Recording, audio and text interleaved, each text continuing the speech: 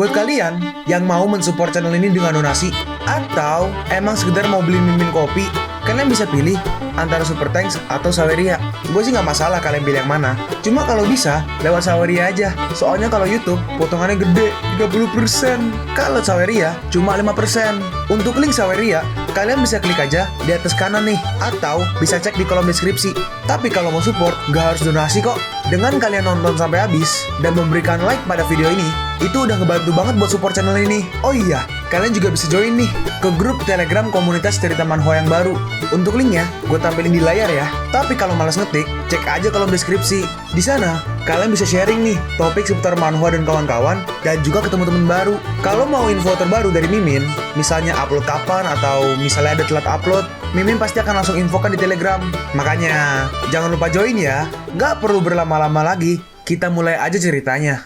Halo guys, Sabik di sini, dan sebelum mulai ceritanya, gue mau ngumumin nih kalau Mimin sekarang ngadain giveaway. Mimin mau giveaway satu buah HP baru saat nanti udah menyentuh 50.000 subscriber. Untuk ikut atau berpartisipasi ada beberapa syaratnya nih, tapi simple banget. Syarat dan ketentuannya kalian bisa lihat nih di Instagram Mimin. Instagram Mimin tuh nih, Mimin tulis nih HP Sabik 12, atau kalian bisa lihat aja nih di link di deskripsi, udah Mimin cantumin di bawah. Di Instagram Mimin itu ada postingan dengan logo cerita manhwa.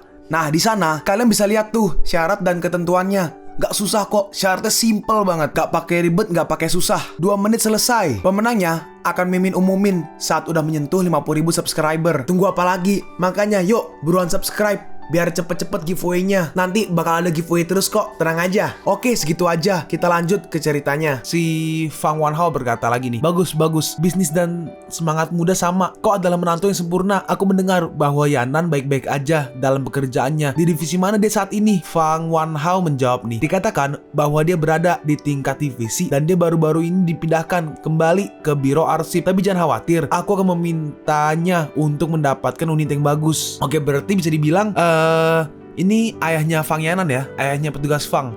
Enggak. Sekarang dia berada di divisi yang cukup tinggi, biro arsip gratis. Di masa depan, kita bisa mengambil beberapa hari cuti hamil dan memiliki kultivasi diri yang baik. Fang Wanhao berkata, lihatlah sayang, dia emang menantu idaman. Aku ingin tahu apakah Paman Fang puas denganku. Oke, Paman Fang kali, atau ya Paman Fang atau Ayah Fang lah ya, ayahnya si petugas Fang. Fang Wanhao cuma ngingetin. Fang Wanhao menjawab nih, sangat puas. Saat Yanan kembali, kami akan menyelesaikan urusanmu. Terus datang nih petugas Fang sama Xiaoke. Dalam hati si Guo Xiao, wah sangat cantik. Fang Wanhao berkata, Yanan, ini Guo Xiao yang aku ceritakan. Aku sangat puas. Petugas Fang memperkenalkan Xiaoke nih. Ayah, ini pacarku. Hah? Mendengar itu, mereka agak kaget. Ayahnya berkata, pegawai perusahaan mana ini? Petugas Fang membalas, dia bukan karyawan kecil. Dia adalah bos besar Tonghai. Dia terlihat seperti orang asing. Fang Yanan membalas, apa maksudmu dengan orang asing? Keluargamu juga penduduk asli Longtu. Bukankah mereka juga orang asing? Nih, jam tangan berlian mewah buatanku ini dan liontin ruby bernilai 80 juta. Aku khawatir itu lebih tinggi dari total nilai pasar perusahaannya. Aku nggak tahu bisnis apa yang dilakukan Guo Xiao. Guo Xiao membalas nih, keluargaku berkecimpung dalam bisnis perhiasan internasional dan dikenal sebagai raja perhiasan. Bisnis perhiasan internasional. Aku khawatir itu nggak bisa dilakukan di dalam negeri. Iya kan? Kau apa yang kau bicarakan? Perkenalkan, namaku Xiaoke. Aku tidak berjabat tangan dengan orang yang nilainya kurang dari 100 juta. Itu akan menjatuhkan martabatku. Jenis usaha apa yang kau lakukan? Kontraktor atau desain billboard? Xiaoke menjawab nih, bisnis yang aku lakukan lebih rumit. Perbankan, perawatan medis, real estate, dan bagasi, dan sebagainya. Hah? Apa kau sedang membual? Dan juga nggak banyak bankir di negara ini. Ngomong-ngomong, aku juga berbisnis perhiasan, terutama batu giok. Mendengar itu, Guo Xiao kaget nih. Hah? Apakah Xiaoke yang melakukan bisnis batu giok di Cina? Dalam hati Guo Xiao, Raja Giok Xiaoke. Siapa yang nggak tahu nama Raja Giok? Ini adalah pria yang seperti Dewa 10. Keluargaku nggak mampu menyinggungnya. Xiaoke, aku nggak peduli kemana kau dan Yanan pergi, tapi aku tidak akan menikahkan putriku dengan anak laki-laki miskin. Pernikahan adalah tentang orang yang tepat. Guo Xiao adalah dari keluarga terkenal dan talenta muda, adalah menantu favoritku. Menantu idaman? Benarkah? Paman, aku barusan berbohong. Terus itu perhiasannya yang jam tuh dilempar ke air tuh. Ini adalah produk KW. Kau lihat, itu masih menggelegak. Apa tuh? Menggelegak. Apa tuh guys? Menggelegak. Terus kalungnya ya dihancurin. Akhirnya rusak. Lihat, kalung ini terbuat dari kaca. Paman, sebenarnya aku pergi ke luar negeri karena aku tidak bisa tinggal di rumah. Tambang semua dibeli dengan pinjaman karena mereka akan diambil alih oleh bank jika tidak dibayar. Aku ingin Yanan belajar di Kanada karena saya ingin meminjam uang dari keluarga Fang. Cepat kau, keluar! Dasar memalukan. Ayah, sepertinya lebih bisa diandalkan bagiku untuk menemukannya sendiri. Black Mamba berkata. Bocah malang itu ingin memanjat dahan yang tinggi. Petugas Fang berkata nih, maaf telah membuatmu malu. Dibandingkan dengan pengalamanku di keluarga Chow, ini hal yang biasa. Si ayahnya petugas Fang, paman Fang lah ya dah. Paman Fang berkata, bukankah dia mengatakan bahwa dia memiliki sesuatu untuk dibicarakan denganku hari ini? Black Mamba berkata nih, aku akan memanggilnya. Terus di kamar, jangan, aku ibu kecilmu. Bagaimana bisa kau melakukan ini padaku? Tuh, apa yang terjadi?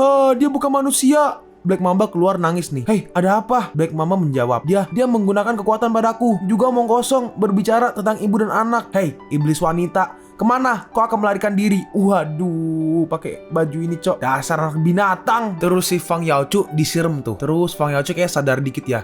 Ini apa yang terjadi? Kau telah merusak aturan umum dan kau telah kehilangan kesopananmu. Pergi ke peternakan babi pinggiran kota untuk menjadi manajer peternakan. Kau tidak diperbolehkan pulang sebelum aku memanggilmu.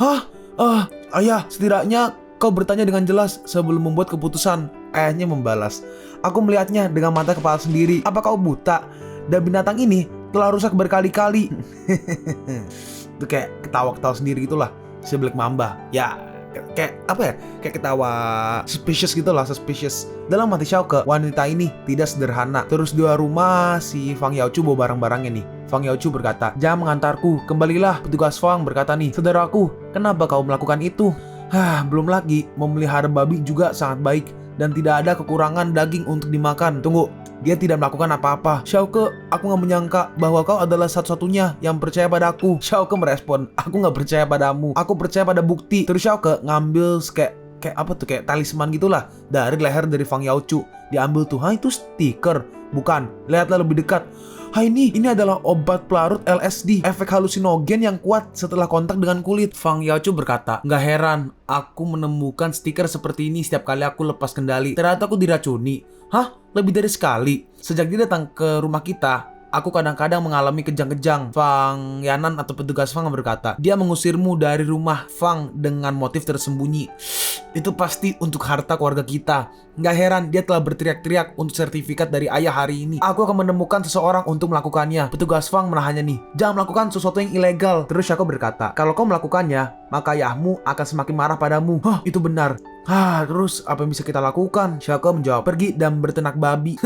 Pergi dan berternak babi dengan tenang dan serahkan padaku di sini. Fang Yaochu naik mobil dan berkata nih, Xiaoke, aku percaya padamu. Jangan biarkan ayah dan adikku terluka. Baiklah. Terus Fang Yaochu pergi nih. Xiaoke melanjutkan, setiap orang yang berselingkuh tidak berjuang sendirian. Dia harus memiliki kaki tangan di belakangnya. Itu juga yang aku pikirkan. Aku akan memeriksanya. Xiaoke berkata lagi nih, aku nggak takut menghasilkan uang, tetapi aku takut aku akan dibunuh. Nggak apa-apa, aku akan bersiap. Nah terus nih di dalam rumahnya lagi nih si Paman Fang sama si Black Mamba, mereka berdua ngeluarin surat nikah. Paman Fang berkata, aku menemukan cinta lagi, dia akan menjadi ibumu mulai sekarang. Petugas Fang membalas, ibuku meninggal 10 tahun yang lalu. Terus petugas Fang pergi. Apa katamu? Petugas Fang pun pergi. Terus di dalam kamar, kau akan tidur di sini malam ini. Tuh dibikinin kayak kasur di lantai gitulah sama si petugas Fang. Aku akan membuat ayahku benar-benar berhenti berpikir untuk mencarikanku pacar. Ketika aku berada di rumah Chow, aku biasa tidur di sana dan itu bukanlah masalah. Kau dulu menderita di keluarga Chow. Untungnya semuanya lebih baik. Segelas anggur merah sebelum tidur dapat membantumu tidur. Apakah kamu gak takut dimanfaatkan olehku ketika kau minum terlalu banyak? Petugas Fang merespon, aku pandai minum. Atau kau khawatir tentang dirimu sendiri untuk tidak minum terlalu banyak dan mengacau? Terus minum, baru sekali belum ada tuh gelas, petugas Fang langsung mabok tuh. Aku gak mabuk, bantu aku bangun, aku masih bisa minum. Terus dia kayak agak pingsan tuh. Xiaoke mengangkatnya dan berkata, ketika aku adalah menantu yang berlebihan, kau adalah satu-satunya yang mengasihaniku. Saatnya aku membalasnya. Burungnya cok, dimulai. Diam atau aku akan menembakmu. Apakah kamu gak mabuk? Aduh, anggur ini sangat kuat. Dalam hati Xiaoke, benar aja, pemburu pintar sering muncul dalam bentuk mangsa. Waduh. Skip. Sekarang kita pergi nih di malam hari di rumahnya sama rumahnya ya. Cuma intinya kita lagi lihat si Paman Fang sama si Black Mamba. Sayang, minumlah sup ini. Saat dilihat tuh ijo cok, ada asap-asapnya. Sup apa hari ini? Black Mamba menjawab, sup tonik Sichuanta. Paman Fang berkata nih, apa bisa kau memberiku hari libur untuk mengkonsumsinya? Enggak, sekarang. Tolong hentikan. Aku sudah menahannya. Terus malam, keesokan paginya, tiba-tiba, oh tidak, dia mati. Yanan, sesuatu terjadi pada ayahmu. Apa? Terus mereka menghampirinya. Si Paman Fang tangannya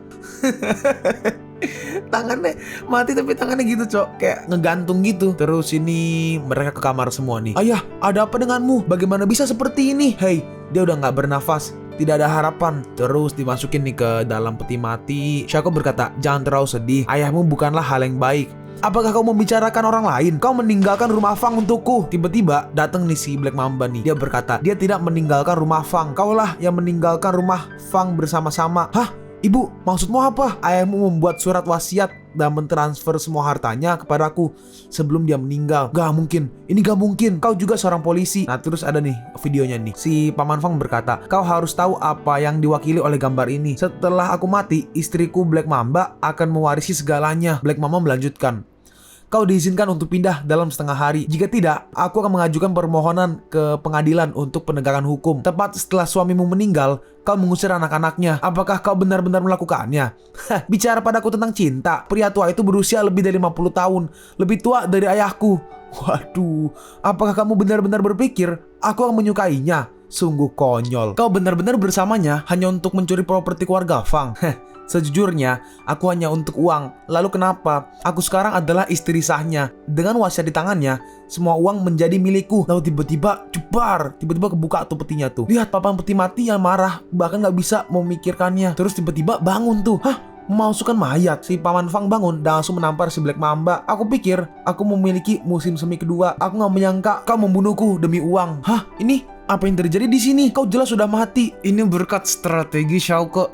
Jadi Xiaoke pergi menemui Paman Fang nih. Xiaoke berkata, apakah kau pikir wanita sepertinya benar-benar mencintaimu, yang gemuk dan tua ini? Apa bisa kau membuktikannya jika dia benar-benar cinta padamu? Hei, kami benar-benar jatuh cinta. Terus Xiaoke mengeluarkan sebuah pil nih. Apa itu? Xiaoke menjawab, ini adalah tahuantan. Kalau nggak percaya, bisa dicoba. Paman Fang berkata, jalang, aku belum mati sekarang. Wasiatku tidak valid. Siapa yang menyuruhmu? Katakan, dan aku akan membiarkanmu hidup. Kau tidak akan pernah mengetahui itu. Dan tiba-tiba si Black Mamba mati tuh. Kayaknya entah bunuh diri atau dibunuh.